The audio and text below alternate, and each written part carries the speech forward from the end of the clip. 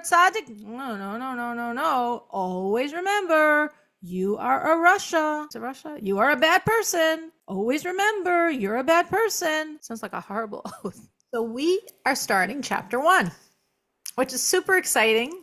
It was super exciting when we one more time restarted the Tanya. But then, of course, when you get to start chapter 1, it's like, wow, we really arrived. Till now was the introduction. And of course, we learned a lot in the introduction. But it's really nice to get to start chapter 1. Chapter 1 starts with the word Tanya. Now, Chava, who I don't think is on yet, she asked quite a while ago when we started the Sharblat, the gate page of Tanya. And I pointed out there that the name of this book is Likutei Amarim, and its subtitle is Sefer Shel Beinonim. And of course, we call it Tanya. Why do we call it Tanya? Because that's the first word, which sounds like a absurd reason, but it's the truth. It's the first word. And I remember Chava then saying, so what's the significance? Because it's the first word, that's what you're calling it. And I said, wait, Chava, wait. So now we arrive. Now we're going to explain the significance of the word Tanya. Now let me explain before I explain. When the Hasidim started calling this work Tanya, it was not necessarily that they knew the explanation I'm going to give you. It's very intuitive, like all over the world. The synagogue and study hall of the Lubavitcher Rebbe is called 770. I mean, that's the address. Does anyone call my house 6237? Why did they call a building by the numbers of its address? Well, who knows? I don't know. Just is what they did. Years after this is going on, literally years, in the 1990s, the Lubavitcher Rebbe has an entire talk where he's explaining the significance of the structure and the significance of the number 770. Oh, so the Hasidim that started calling it 770, they knew this 40 years before? No, they didn't know it. We could say their mazel knew it. Some level of energy, some level of spirituality, of spiritual insight, of intuition sensed it. They didn't know what they were doing, but they were feeling the power of those numbers. Similarly, when the Hasidim first started referring to this work as Tanya, did they know why? No, they didn't know why. We know why now. They didn't know why. But they sensed the power. Somehow it just sort of happened, and now I could tell you why. In terms, in general, of the explanations on Tanya that I will share over the next many years, 7 or 8 years, as we start this new cycle, most of the explanations I will give you are from the Rebbeim, but not all. Obviously, some we conjure ourselves. The Rebbe Rashab said that if the explanation on Tanya is to elicit fear of God, anyone can give an explanation on Tanya. If the explanation on Tanya is for purely intellect, we call haskala, for an intellectual understanding, that only can come from a Rebbe. Only a Rebbe can explain Tanya on the level of pure intellectual depth. But in terms of anything that leads to fear of God, service of God, any one of us can give explanations. So what is the significance of Tanya? So the truth is, before I explain the spiritual significance, let me explain to you technically what the word Tanya means. Tanya means we learn. Okay, that's a simple enough word. When is it used? Well, it's used if we have a statement with an unknown author.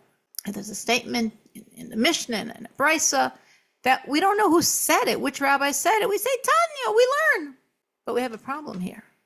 Because we actually know who said this. Meaning what we're going to discuss, what we're going to quote, which is the promise, the oath every soul has to make, every unborn child makes before they come into this world, the oath they make, which is the first foundational concept, and we'll explain why, trust me, that comes from, I know who it comes from, Rav Similai.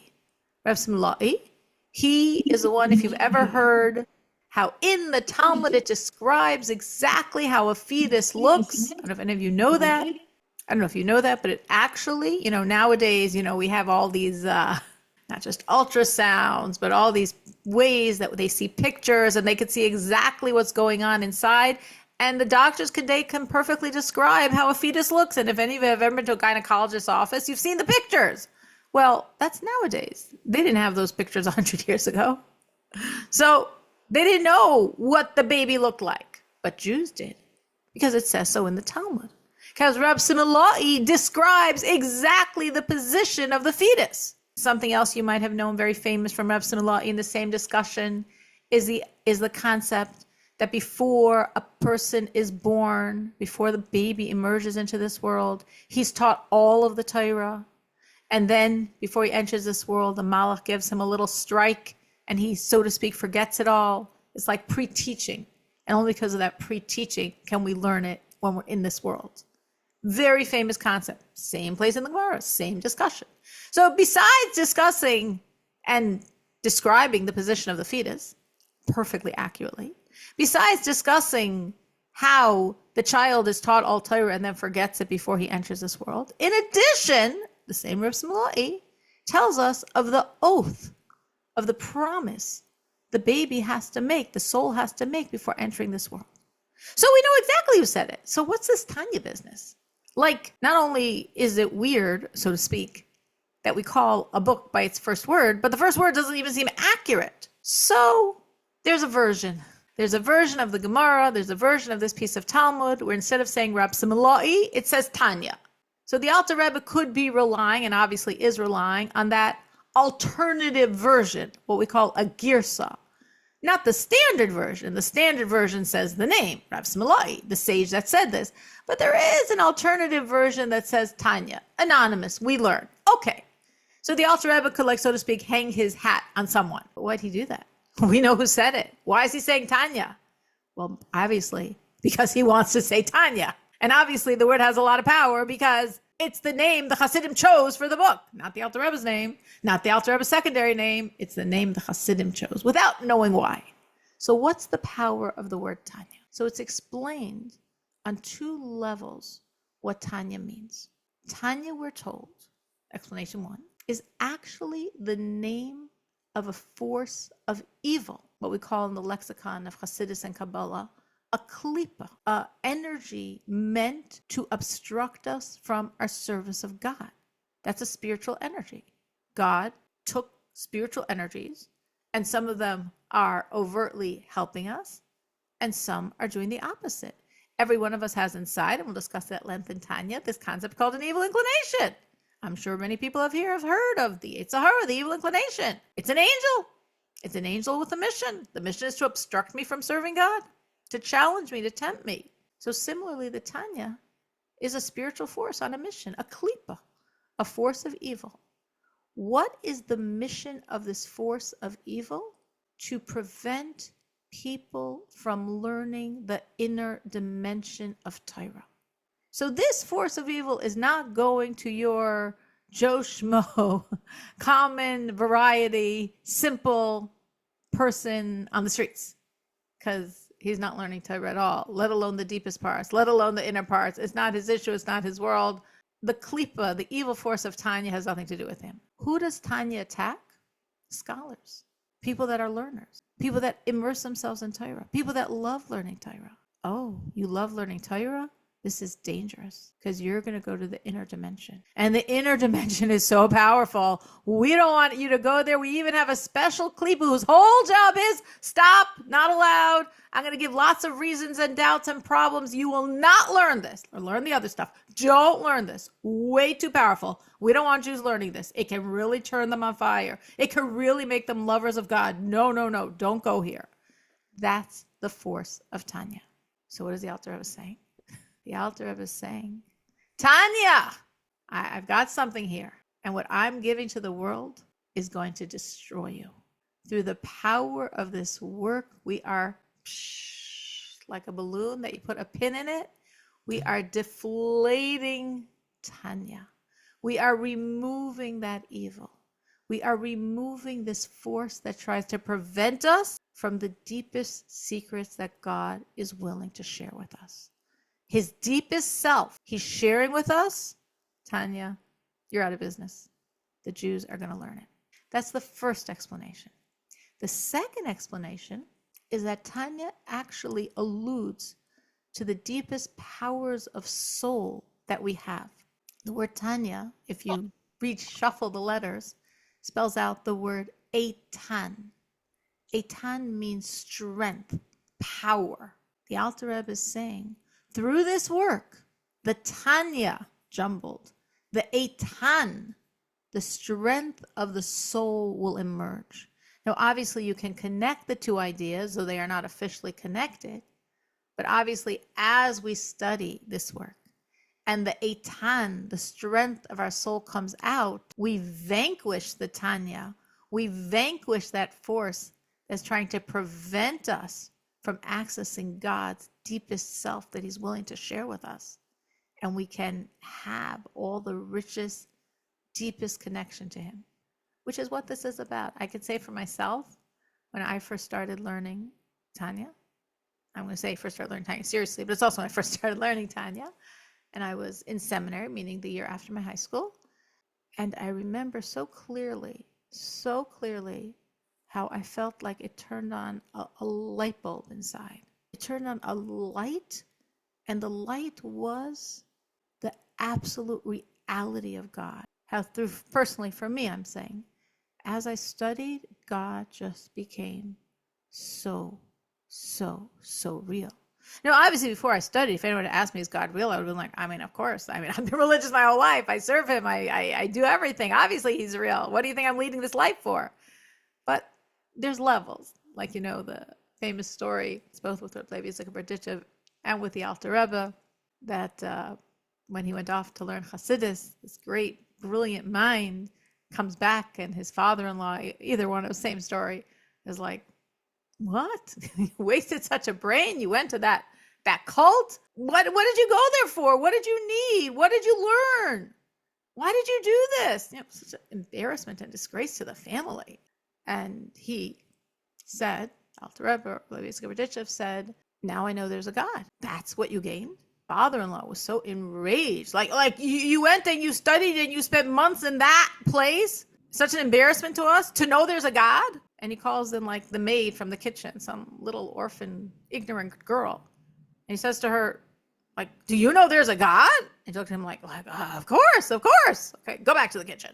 What'd you go for? Rabbi Yitzchak Berditchev said, she says, I know.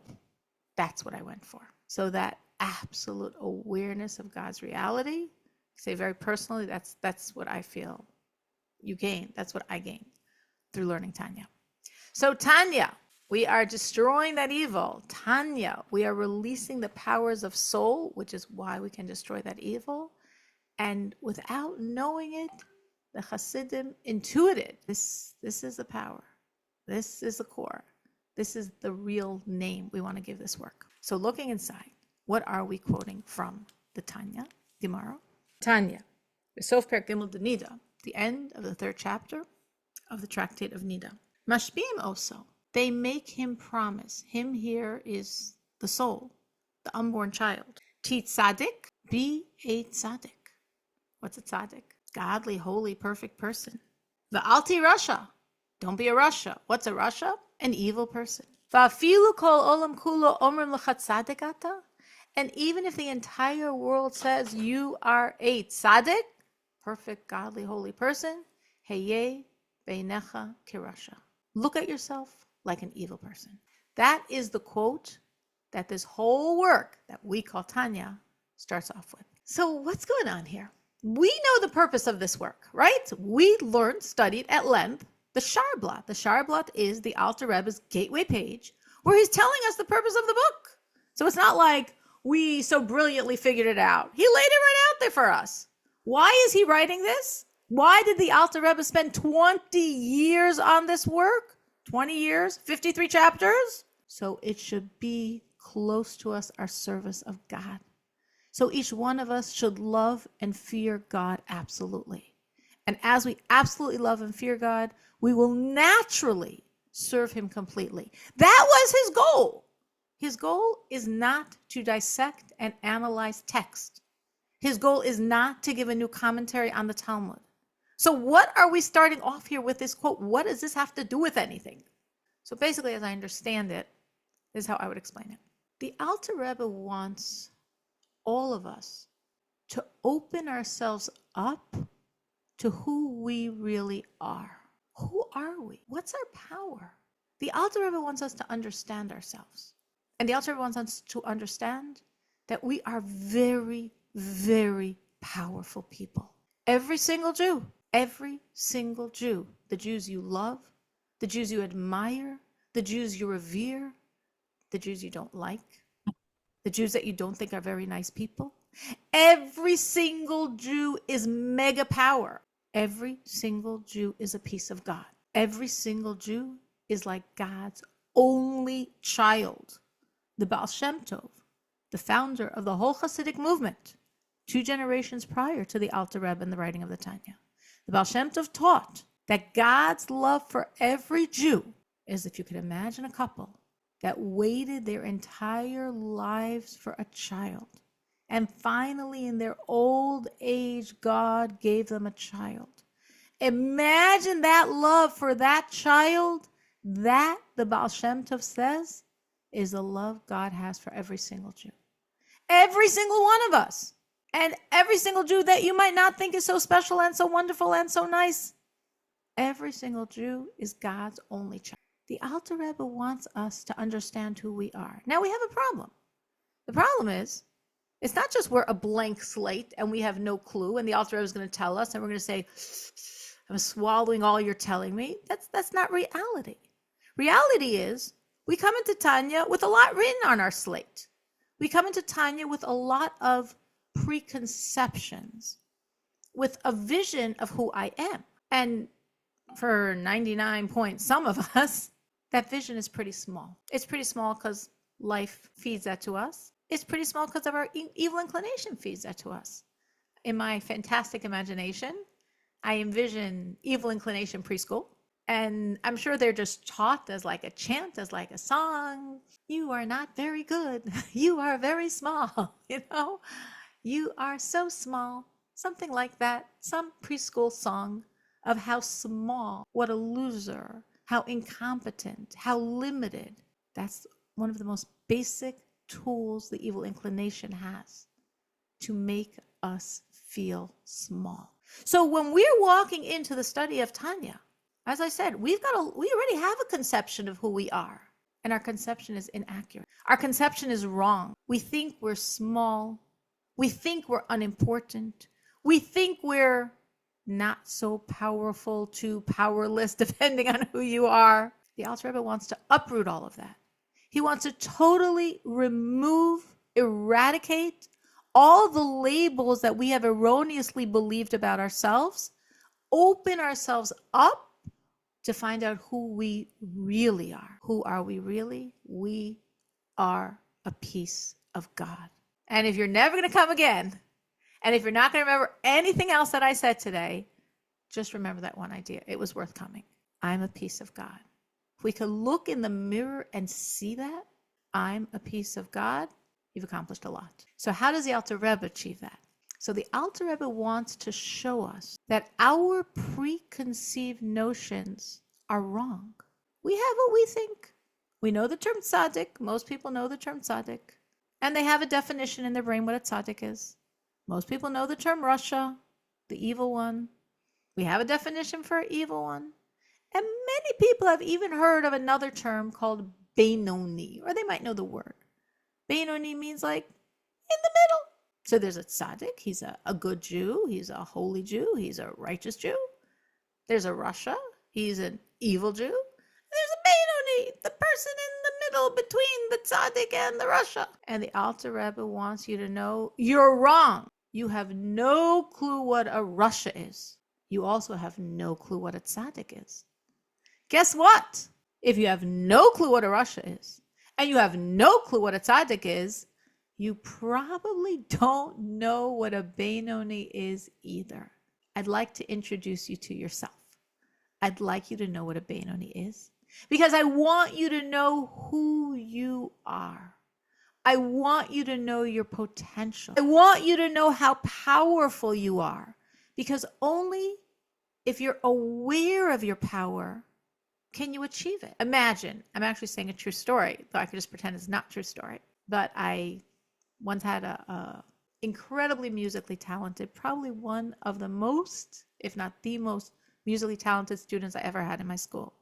Amazing, full solos, every production, choir head, wrote amazing musical compositions, put out her own CDs. She shared with me, I think in ninth grade, when she was in the first production and was like the star of the show and had a whole song herself. She shared with me that she never sang in elementary school. I'm talking about a ninth grader. She said she never sang. She was never in any choirs. Why? Because someone along the road, maybe at one point when she auditioned, whatever they do in elementary school, the person said, you have a bad voice. Okay, she has a bad voice. So she never sang. She never sang all through elementary school. She came to my school, and not getting into the backstory why, I sort of forced her to sing. And she and we found out she has a beautiful voice. That, unfortunately, is the story of a lot of our lives. We look at ourselves with the aid of the world bashing us, with the aid of our evil inclination, and we have no clue who we are. And the Alter Rebbe wants us to know, you are a piece of God. So how am I going to get you to know that?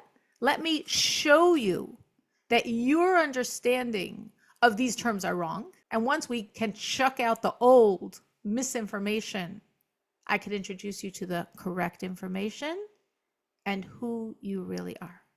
And that's why we're starting with this quote from the Talmud. Again, not because we're here to explain Talmud, not because we're here to explain text, not because we're here to analyze the fetus's arrival into this world, but because we want to show that when we're looking at this very simple quote, using these very common words like tzaddik and Rasha, we got no clue what those words mean.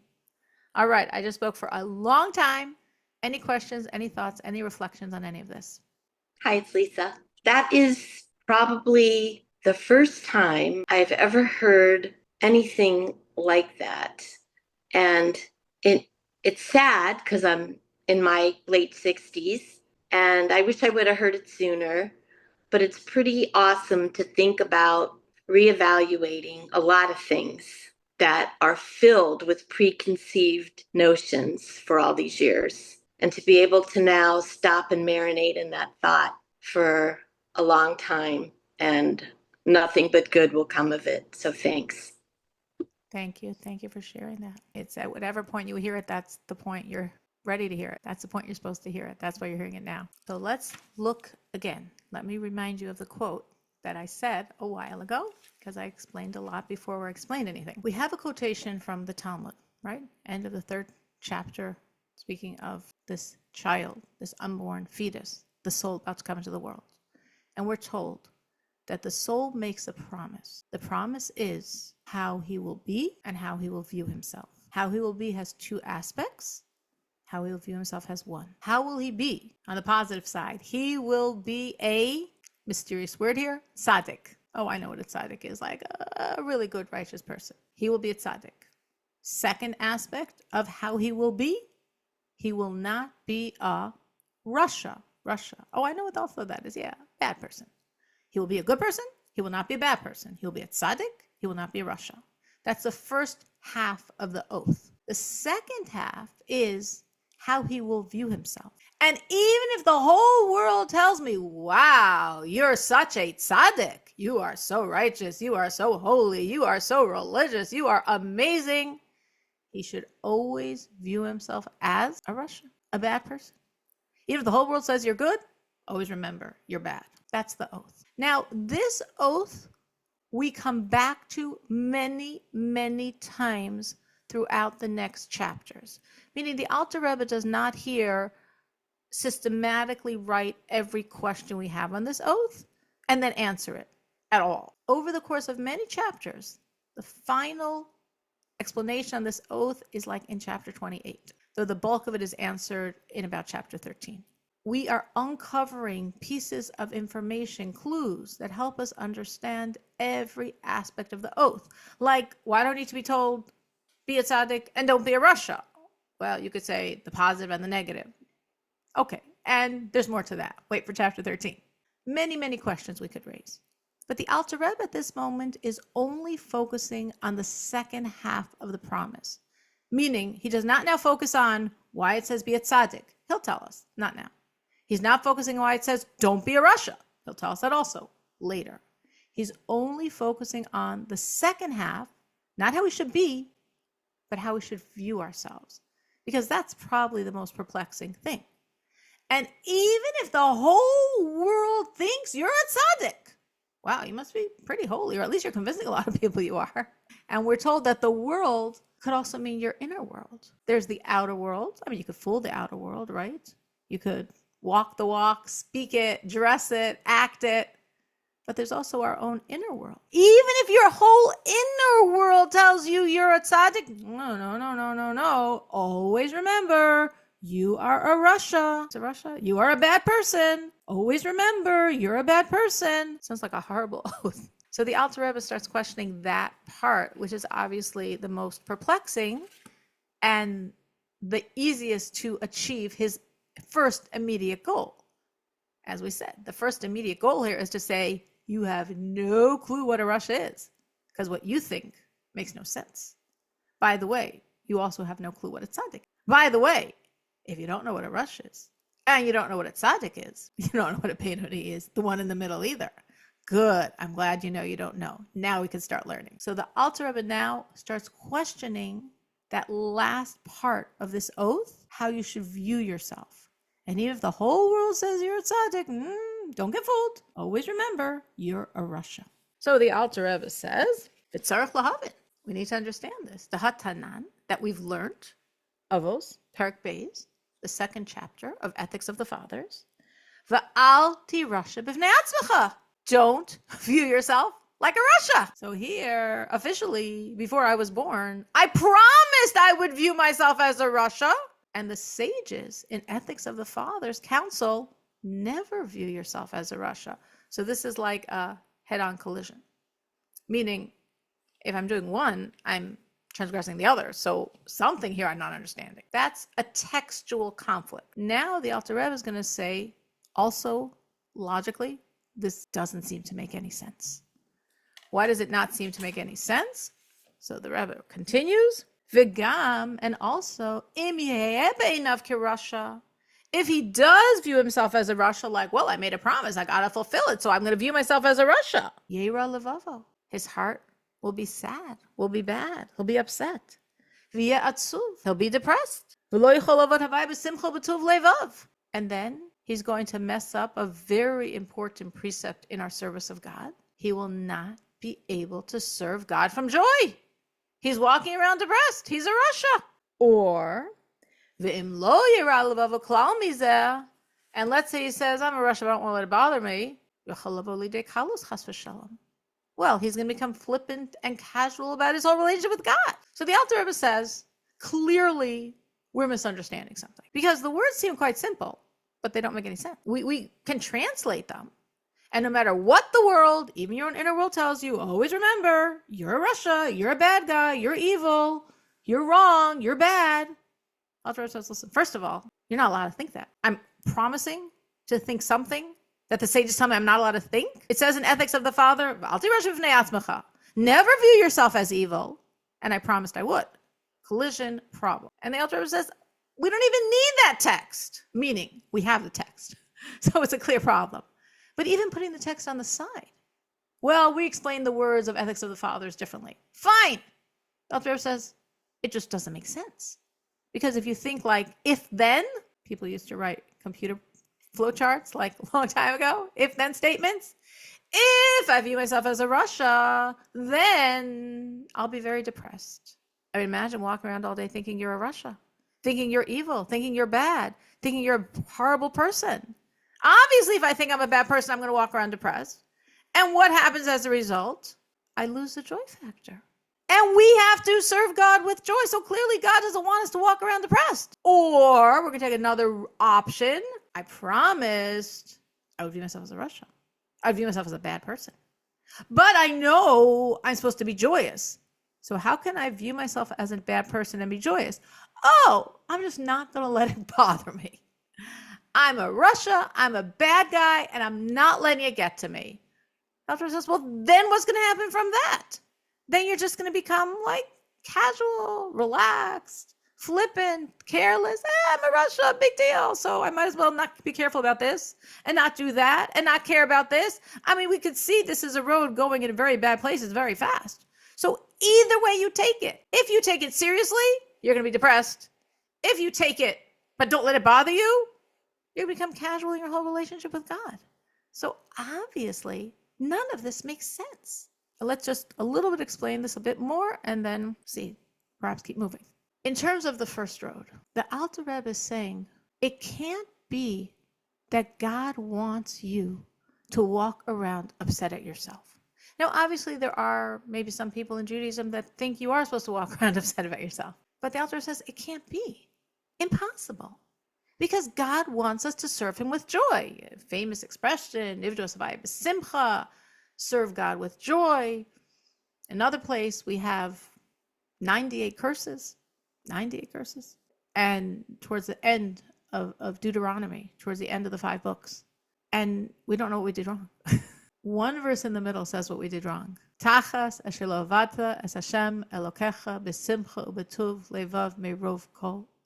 Because you did not serve God with joy when you had all good. So some people say, oh, that means you had all good and you didn't serve. But both Kabbalistically, the Arizal, and legalistically, Maimonides say that's not what the verse says. The verse says, Tachas shalovad Hashem Elokecha b'simcha u'b'tuv levav me'rov kol. It didn't say you didn't serve. It says you didn't serve God with joy. That's the problem. That's what brought on these 98 curses. You served without the joy factor. The joy factor is extremely important in our service of God. Why do you think it's so important? Why would God say, you're serving without joy? Not such a amazing service here.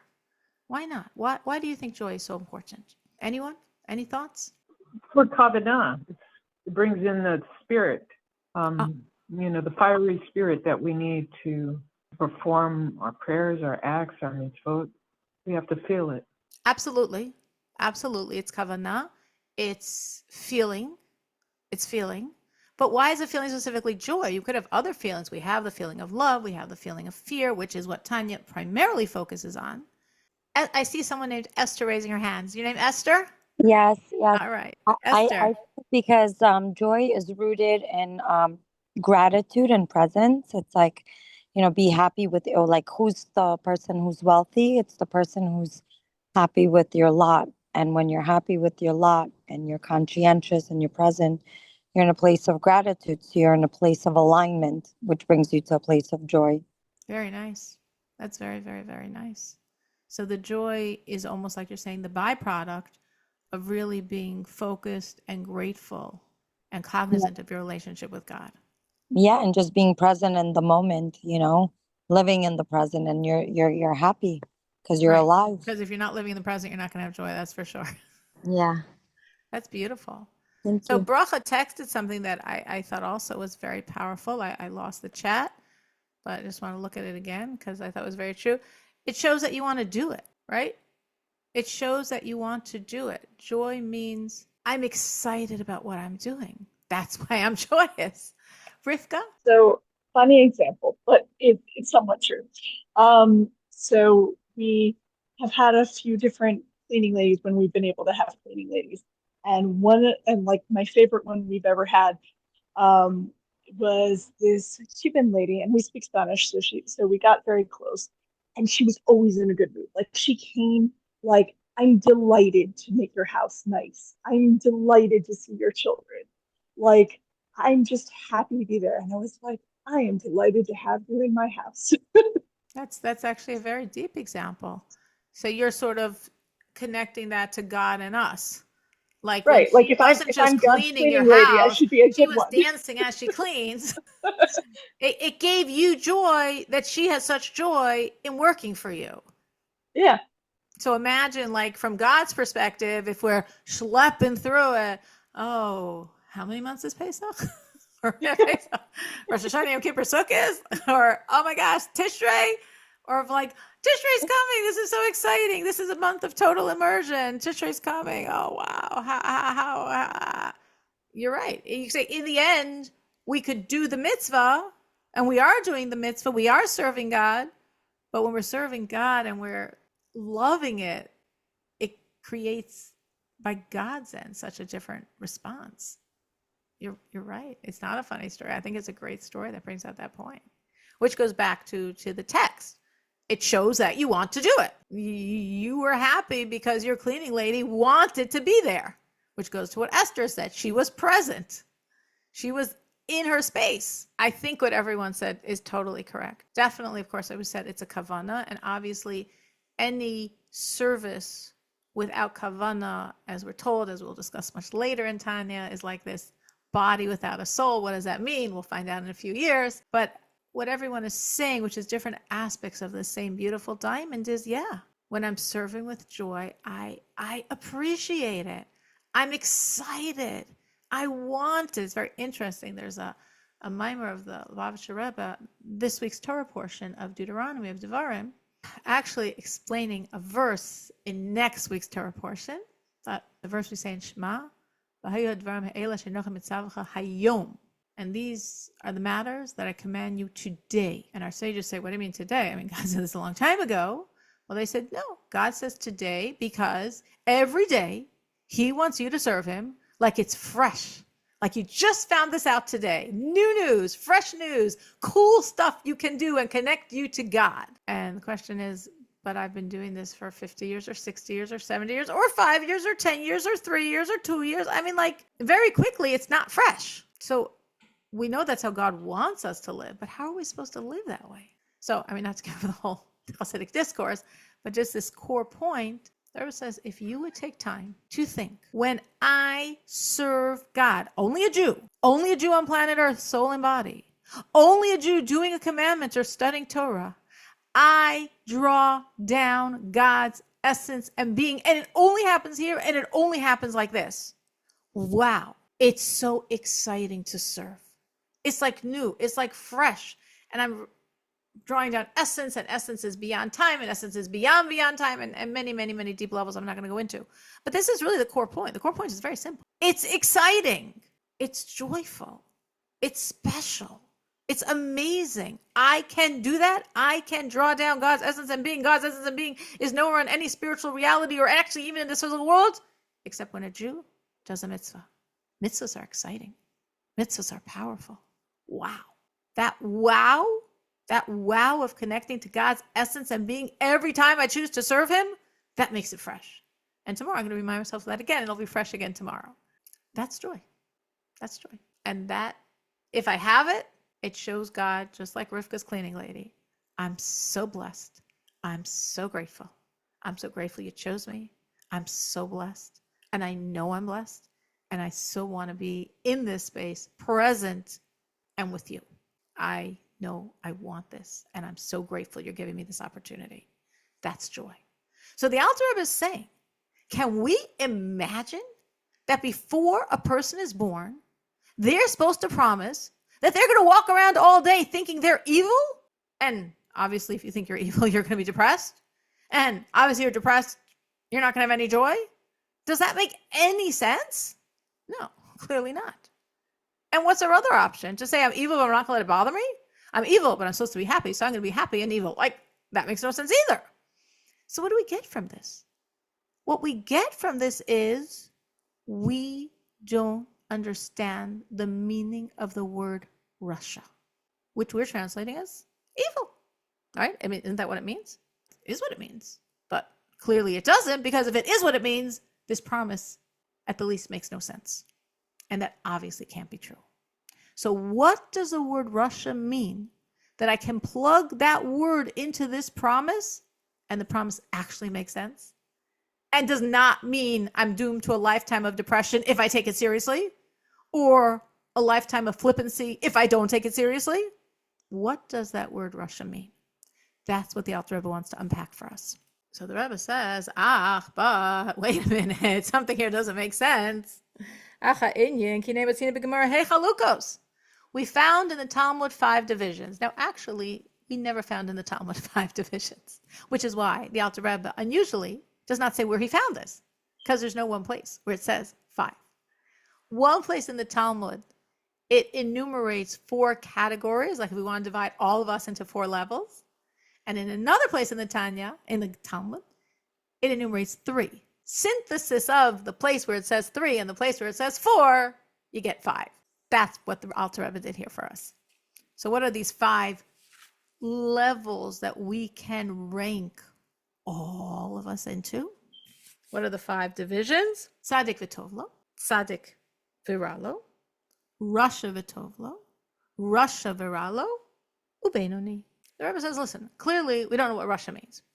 Because if we, according to our definition, this oath makes no sense. So we obviously don't know what Rasha means.